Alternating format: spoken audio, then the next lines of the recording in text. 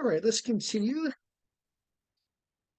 where we left off with Ecclesiastes. Various suggestions have been made about the authorship of Ecclesiastes. Many have thought that Solomon wrote it. This is the traditional view. The author identifies himself as Koheleth, meaning preacher or gatherer of the congregation. So that's not an exact name, that is the his title that he takes. He also adds that he is the son of David and king in Jerusalem and wealthy. So, thus, tradition links him to Solomon, who fits this description. Other scholars believe someone who wrote the book long after Solomon's time,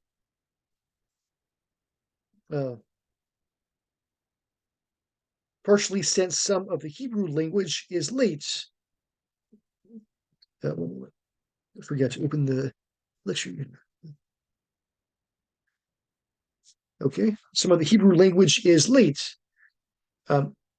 Since the author is never named, some suggest he is a king who was dethroned, such as Jehoiakim or Zedekiah.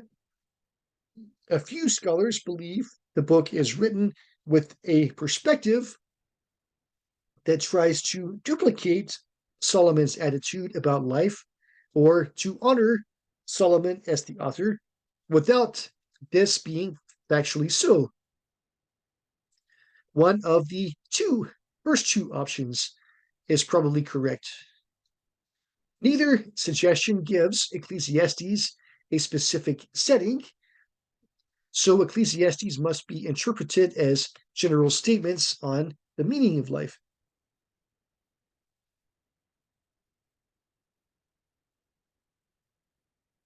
The main theme of Ecclesiastes is that life can be meaningless, empty, nothing, or absurd. The author seeks meaning in many places, yet only finds it in fearing God. The book can be divided into two parts. The first part claims that everything is meaningless or vanity. The second part says that death is better than life. These two concepts are supported by the author's own experiences. Therefore, meaning should not be found in worthless pursuits. There seems to be a place, however, for contentment in work and the simple pleasures of life. Ultimately, the main point of human life is to fear God and keep his commands.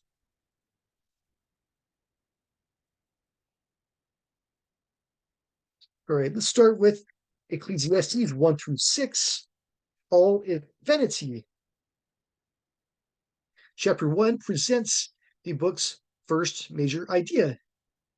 Koheleth claims that everything in life is vain or empty. Life is one ceaseless repetition after another.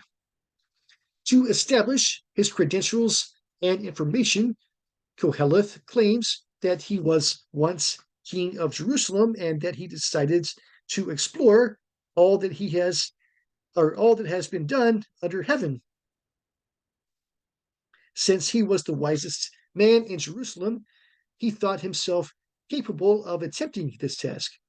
Yet he admits that his quest for meaning led to nothing.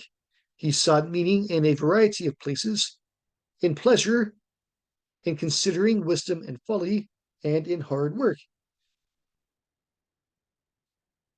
Koheleth's search led him to reflect on time.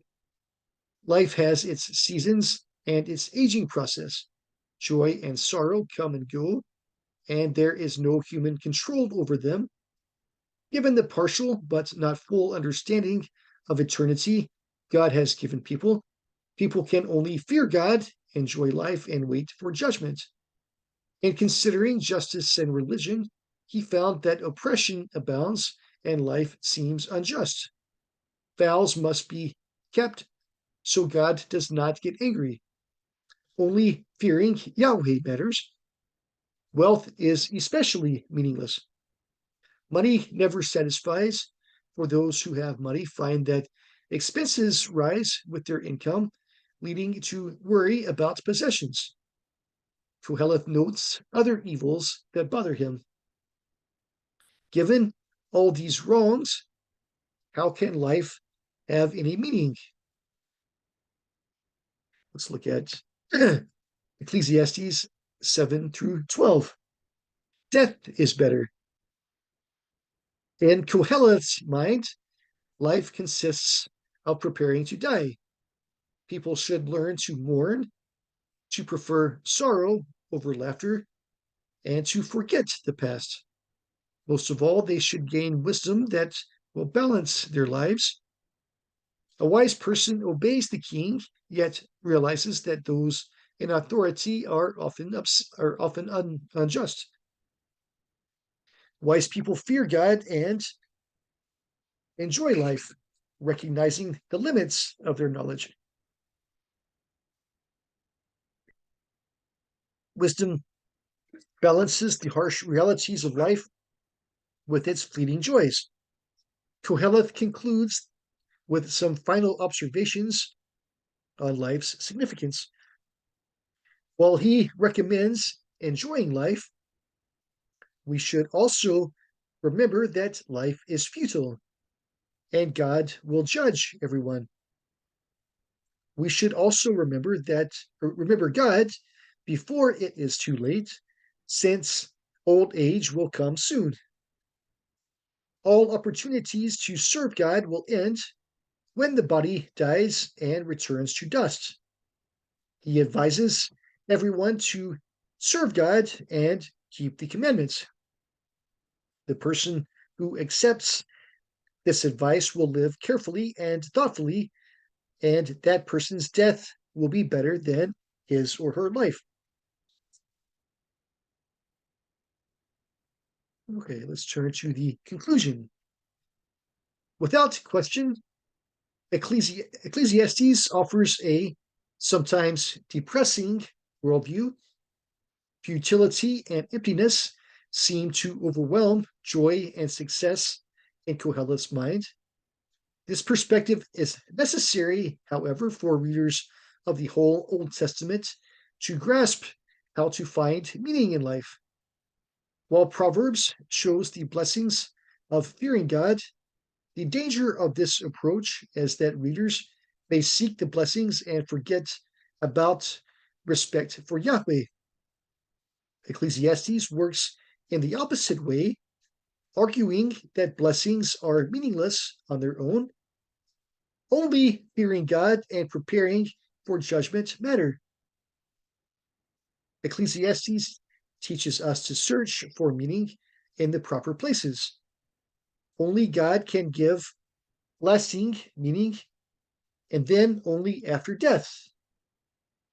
The wise struggle through vain solutions to more lasting convictions and thereby prepare well for their death, which is an inevitable part of life.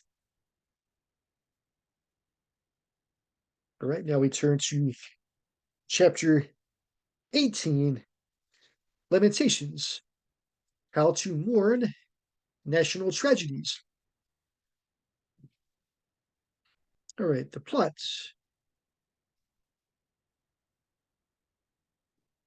Jerusalem and her exiles lament the destruction of Judah. They admit God's punishment was just, yet they long for restoration and trust God to rebuild the nation. All right, let's look at the introduction.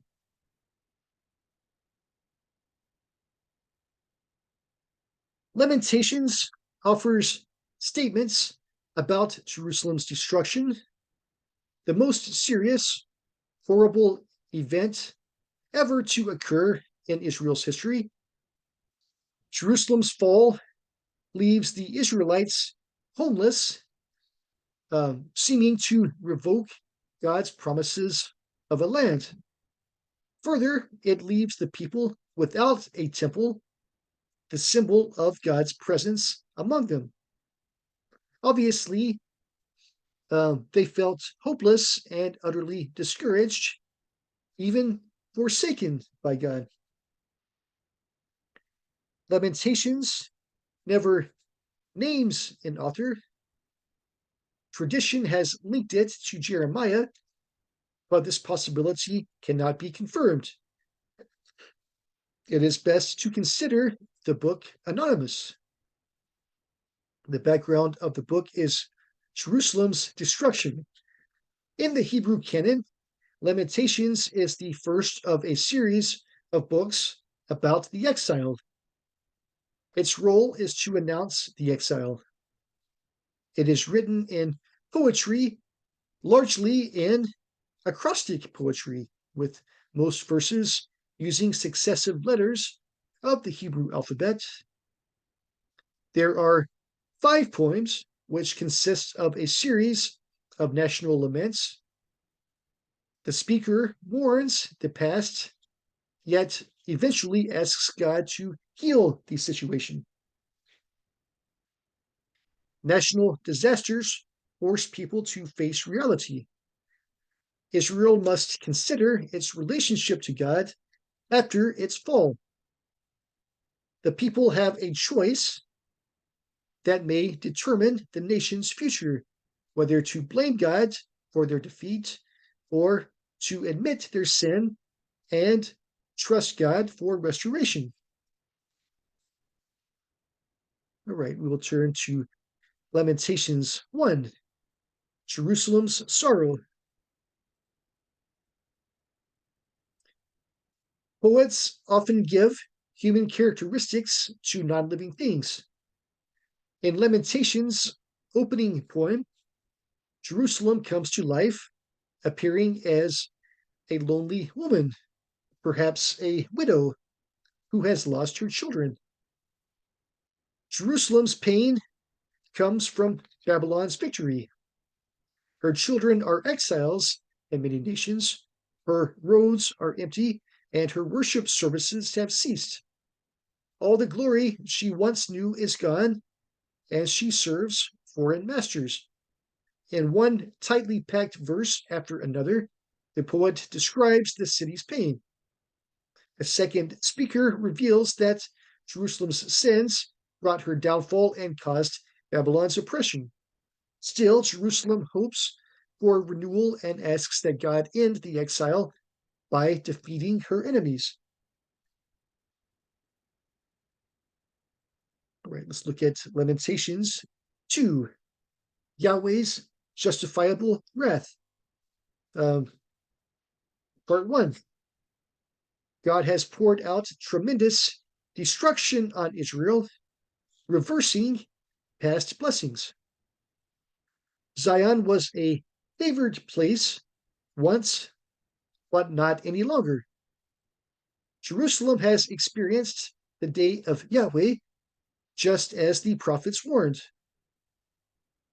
The people of Israel brought this wrath on themselves by idolatry and listening to false prophets. All the people can do now is ask God to save them. We'll turn to Lamentations 3, the exile's prayer. A new character enters the poem, a man who has seen affliction. The individual has suffered through hunger, homelessness, and imprisonment, a description that fits Israel's exiles. Even in his desperate circumstances, though, the exile finds hope in the Lord because he remembers that God's kindness never ceases. This faithful God is the exile's hope, so he will wait on Yahweh's certain deliverance. The exile also decides that no one can really complain about God's punishments since everyone sins. It is better to examine behavior, repent, and turn to God. God will punish Israel's enemies. He moves beyond the pleas for help of the personalized Jerusalem to a confident statement of faith in Yahweh.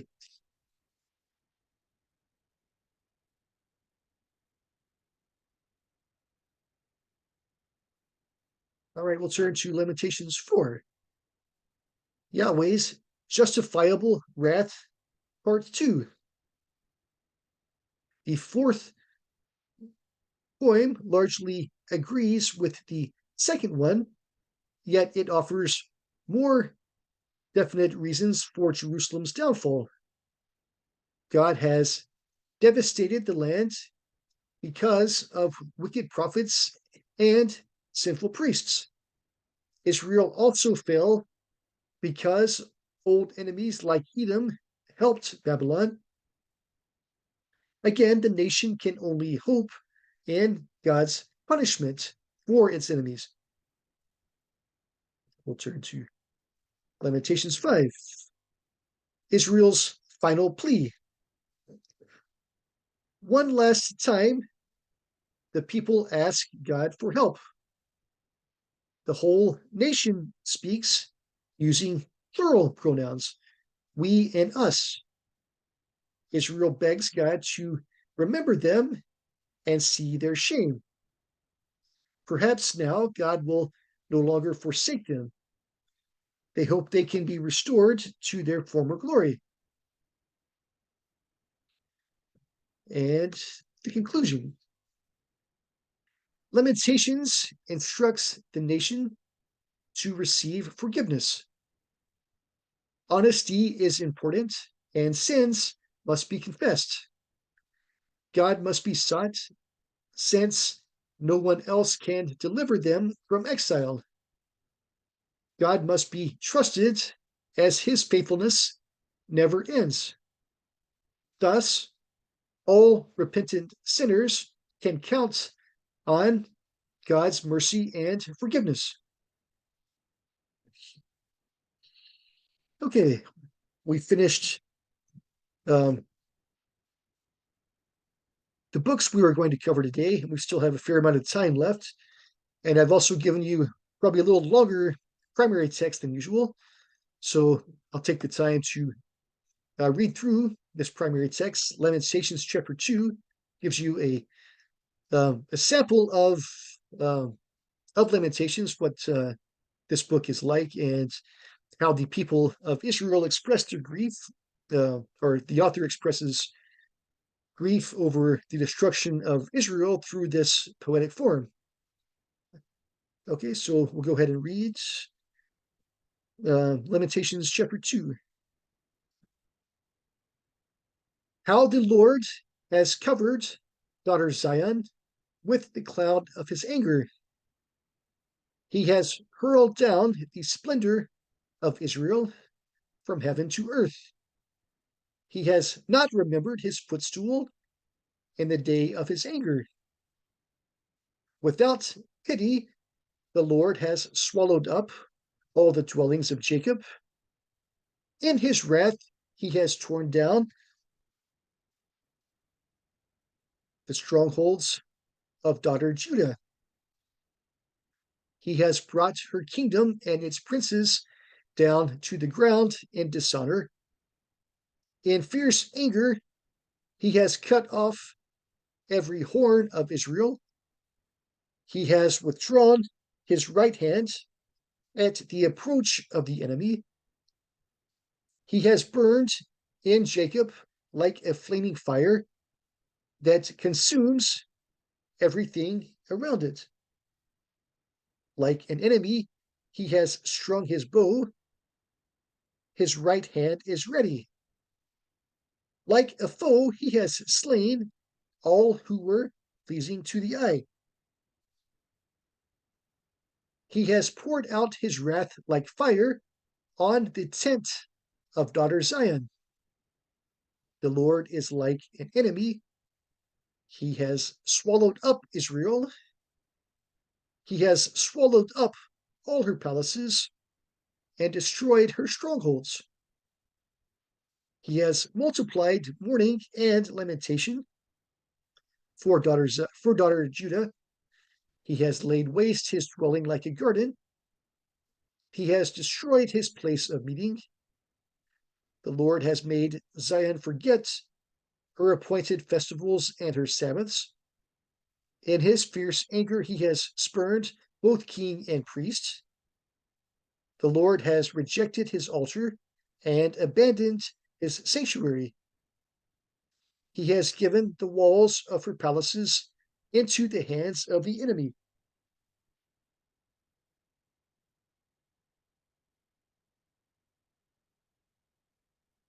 They have raised a shout in the house of the Lord, as on the day of an appointed festival.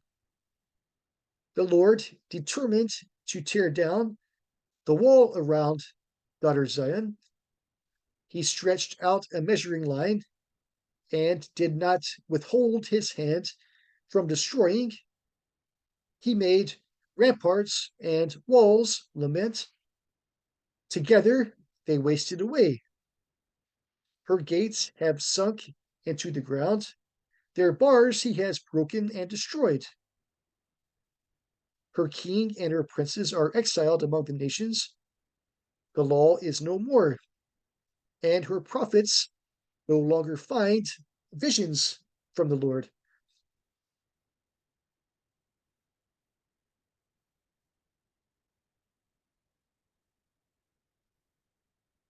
The elders of daughter Zion sit on the ground in silence. They have sprinkled dust on their heads and put on sackcloth. The young women of Jerusalem have bowed their heads to the ground. My eyes fail from weeping. I am in torment within.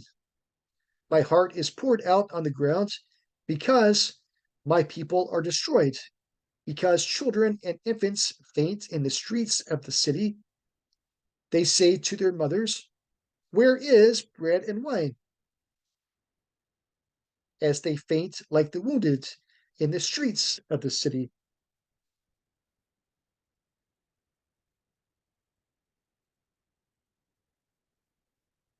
As their lives ebb away in their mother's arms. What can I say for you? With what can I compare you, daughter Jerusalem? To what can I liken you that I may comfort you, virgin daughter Zion? Your wound is as deep as the sea. Who can heal you? The visions of your prophets were false and worthless. They did not expose your sin to ward off your captivity. The prophecies they gave you were false and misleading. All who pass your way clap their hands at you. They scoff and shake their heads at daughter Jerusalem. Is this the city that was called the perfection of beauty, the joy of the whole earth? All your enemies open their mouths wide against you. They scoff and gnash their teeth and say, "We have swallowed her up. We have swallowed her up. This is the day we have waited for. We have lived to see it. The Lord has done what he planned. He has fulfilled his word, which he decreed long ago. He has overthrown you without pity. He has let the enemy gloat over you. He has exalted the horn of your foes. The hearts of the people cry out to the Lord. You walls of daughter Zion, let your tears flow like a river day and night. Give yourself no relief, your eyes no rest. Arise, cry out in the night, as the watches of the night begin. Pour out your heart like water in the presence of the Lord. Lift up your hands to him for the lives of your children. who faint from hunger at every street corner. Look, Lord, and consider, whom have you ever treated like this? Should women eat their offspring, the children they have cared for? Should priests and prophets be killed in the sanctuary of the Lord? Young and old lie together in the dust of the streets. My young men and young women have fallen by the sword. You have slain them in the day of your anger. You have slaughtered them without pity. As you summoned to a feast day, so you summoned against me terrors on every side. In the day of the Lord's anger, no one escaped or survived. Those I cared for and reared, my enemy has destroyed. All right, that is just one of the 5 chapters of the book of Lamentations. Uh, if you get a chance and would like to experience kind of a more spiritual rendering of this, you can look on YouTube, and there are sometimes these lamentations are sung or chanted. It's a very beautiful rendition, and it really you can see how it expresses the sense of lament or the sense of grief. So lament is we learn from this that there is a valued place for laments and in Christian worship or in Judeo-Christian worship. We see that both in this example of a Jewish expression of their lament for the fall of Jerusalem and the Babylonian exile, but there are many instances in the history of the church that Christians can lament or in individual lives. So tapping into this tradition of lament can be a healthy thing for expressing grief in worship, and those of us that believe in God can use this to take our grief to God and express that to Him in a way that still honors Him and worships Him. So those of you that are not Christian or Jewish, maybe can still learn from this tradition. So we see this in the Bible, but it is also an ongoing tradition in Jewish and Christian history and in personal lives. Uh, so it's worth taking the time to read the Book of Lamentations, and again, if you get a chance, you can watch one of those YouTube videos. If I was teaching this class in person, I would like to show that to you, but I'm not going to do that on this video. So you can do that on your own this time around. Anyways, I hope you enjoyed this. For our attendance assignments, it's the same question. What is the main idea you took from this week's lecture? And then for the extra credit assignment for this week, read Lamentations chapter 2. What is the major point the author makes in this passage? All right, and how do you feel about the passage's description of God's role in the destruction of Jerusalem? So you see all the images about God describing him as even an enemy. So how do you feel about those? Are the words meant to teach factual theology about God or merely to express grief and thus should not be taken literally? Give reasons for your answer. Uh, and that I meant to take out, so never mind that one. All right, that's the assignment for today or for this week. So uh, please email me with your assignments the next week or so. And if you're behind on some assignments, I'll still accept them. So please go ahead and send any assignments to me that you're behind on from the previous weeks. Or if you have not yet submitted your midterm to me, please go ahead and do that as soon as you can. Uh, Again, we have this week, and then we have one more week of lecture next week before our final exam in 2 weeks. Hope that you are enjoying this class. Hope you've learned a lot about the Old Testament. Um, I always learn more every time I teach the class or every time I study more. So there's definitely always more to be learned. So we've got a few more books we're going to cover with our last lecture. That's the rest of the writings. So we'll have finished. We finished the Pentateuch and then the prophets, and we just have a little bit left of the writings. We'll finish that next week. We'll also have our review session study guides for the final exam. Again, if you have any questions, feel free to email me and ask me, and I will respond to you as soon as I can. Um, if there are things you don't understand, feel free to ask. Uh, that's always the challenge of an online class like this is uh, we don't meet in person, so you can't ask in person, but just feel free to email me. Hopefully you have uh, you have gotten the gist of what we've talked about the past several weeks and gotten the main ideas, and hopefully you understand the basics, and hopefully you also are inspired to want to learn more about the Old Testament after the class is over. So that'll be it for this week. We'll go ahead and close the lecture, and I'll look forward to seeing you next week. Take care.